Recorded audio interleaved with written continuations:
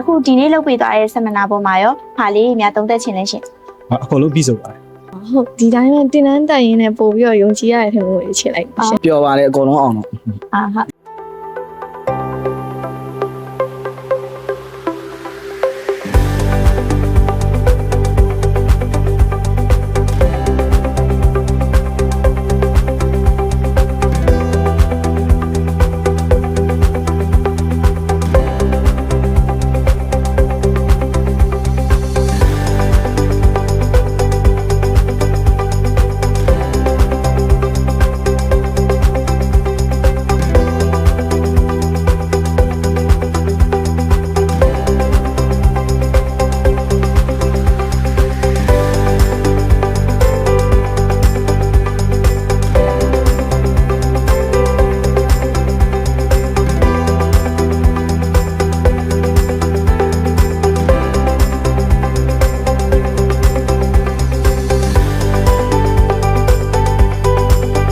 နာမည်လေးမိတ်ဆက်ပေးပါအောင်ရှင်နာမည်ကညီဆိုးလို့ခေါ်ပါတယ်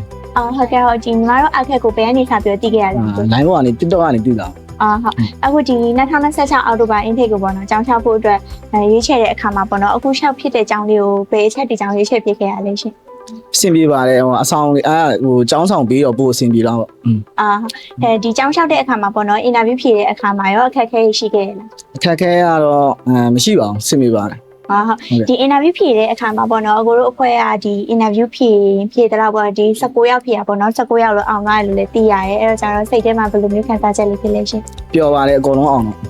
ဟုတ် interview အောင်သွားတော့အရင်ကပြောတာပေါ့နော်နောက်ထပ်ဒီ COE တင်မဲ့ကိစ္စတွေအတွက်ရောစိတ်ပူတာလေးရှိသေးလားမသိဘူးမရှိဘူးစိတ်ချပါတယ်ဟုတ်အကုန်လုံးစိတ်ချရဲပေါ့အခုက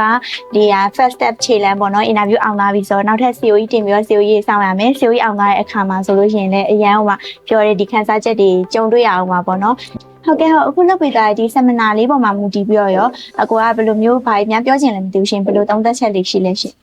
အဆင်ပြေပါတယ်အကုန်လုံးကတော့ဟုတ်ကျေးဇူးပါဟုတ်အခုလုပ်ပြပေးတဲ့ကျေးဇူးတင်ပါတယ်ရှင်ကျေးဇူးပါမင်္ဂလာပါညီမလေးနာမည်လေးနဲ့ဆက်ပြောပါမင်္ဂလာပါရှင်ခမောင်းတော်ပါဟုတ်ကဲ့ဟုတ်ဒီအမားတို့အခက်ကိုပေါ့နော်ကြောင်းချဖို့အတွက်ဘာအကြောင်းရေးချက်ဖြစ်ခဲ့ရလဲရှင်ဟုတ်ဒီတိုင်းပဲတင်တန်းတက်ရင်းနဲ့ပို့ပြီးတော့ယုံကြည်ရတဲ့ထင်လို့ချစ်လိုက်ရှင်ဟုတ်အစလေးဒီမှာပဲတက်ခဲ့တာပေါ့နော်ဟုတ်ဖိုင်ရယ်4ရယ်ဒီမှာပဲတက် and fine and for ဒီမှာတက်ခဲ့တာဟုတ်ဒီအခုရှောက်ဖြစ်တဲ့အကြောင်းလေးကိုရောရွေးချယ်တဲ့အခါမှာစိတ်ကြည်နေမှုရှိခဲ့ရလားရှင်ဟုတ်စိတ်ကြည်နေမှုရှိပါတယ်ရှင်ဟုတ်ကဲ့ဟုတ်အခုဆိုလို့ရှိရင်ပေါ့နော် interview လေး online ဖြစ်တယ်ဒီ interview ဖြေခဲ့တဲ့အခါမှာရောအခက်အခဲလေးရှိခဲ့သေးလားရှင်ဟုတ်အခက်အခဲမရှိပါဘူးရှင်ဖေးကအမတွေကလည်းအကုန်လုံးပြောပြပေးဆိုလေဟုတ်အခုက interview online အခါမှာရောပေါ့နော် interview result ကလည်းအရင်ကမြင်နေပေါ့နော်သိရ interview online လို့သိရလိုက်တဲ့အခါမှာရောပျော်လားရှင်ဟုတ်ပြန်ပျော်ပါဟုတ်အခုဒီနေ့လုပ်ပေးသွားရပေါ့နော် seminar ပွဲလေးပေါ်မှာမူတည်ပြီးတော့ဗာလေးများပြောချင်သေးလဲရှင်ဟုတ်အကုန်လုံးရှင်းပြပေးရတော့ကျေးဇူးတင်ပါတယ်ဟုတ်ကဲ့ပါဟုတ်ညီမလေးအဆက်ဆက်ရစီဒီပါစီလို့တောင်းပေးလိုက်ပါနော်ကျေးဇူးတင်ပါတယ်ကဲပါကျေးဇူးပါမင်္ဂလာပါကိုနာမည်လေးမဲ့ဆက်ပြပါအောင်နော်ဟုတ်ကဲ့မောင်လေးထပ်ပိုင်လို့ခေါ်ပါဟုတ်ကဲ့ဟုတ်ဒီညီမတို့အခက်ကိုပေါ့နော်ဘယ်ကနေစပြီးတော့တည်ခဲ့ရလဲရှင်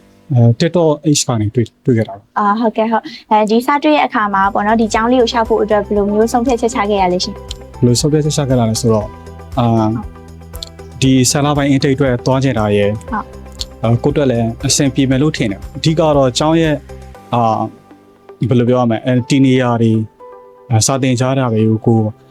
တေချာလေးလာကြည့်တော့အဆင်ပြေတယ်လို့ထင်လို့ရွေးပြတာပါပြီးတော့ဒီကျောင်းလေးကလည်းအခုအကိုရှောက်ထားတဲ့ကျောင်းလေးဆိုလို့ရှိရင်လည်း class 1ကျောင်းလေးဆို COE အတွက်လည်းတိတ်ပြီးစိတ်ပူကြမလို့တဲ့ကျောင်းလေးပေါ့နော်ဟုတ်ကဲ့ပါဟုတ်ကဲ့ဟုတ်ဒီအခုဒီနေ့လုပ်ပေးသွားတဲ့ seminar ပေါ်မှာရောဘာလေးများသုံးသပ်ချင်လဲရှင်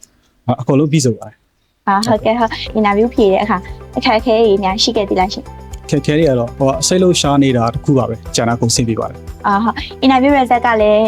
အရင်မှမြင်နေပေါ့နော် interview result သိရတယ်ကိုက interview အောင်တယ်ပြီးတော့အကိုနဲ့တူတူဖြေတဲ့နောက်ထပ်19ယောက်လို့လည်းအောင်တယ်လို့သိလိုက်ရတဲ့အခါမှာအကိုဘယ်လိုမျိုးခံစားချက်လေးဖြစ်လဲရှင်ဘယ်လိုခံစားချက်ပြောတာပေါ့နော်ဒီပထမဆုံးအချိန်မှာပထမဆုံးအောင်တော့ပိုပြီးပြောတာပေါ့ဟုတ်ဒါ first time interview ပေါ့နော်ဒီရှေ့မှာတစ်ခါမှမရှောက်ဘူးသေးဘူးပေါ့ဟုတ်ကဲ့ဟုတ်အခုစားညီမလေးအရင်မှဝမ်းသာပါရဲ့ရှင်အခုလိုပဲဖြေကြပေးတဲ့ကျေးဇူးအများကြီးတင်ပါတယ်ကျေးဇူးပါဟုတ်ကဲ့ဟုတ်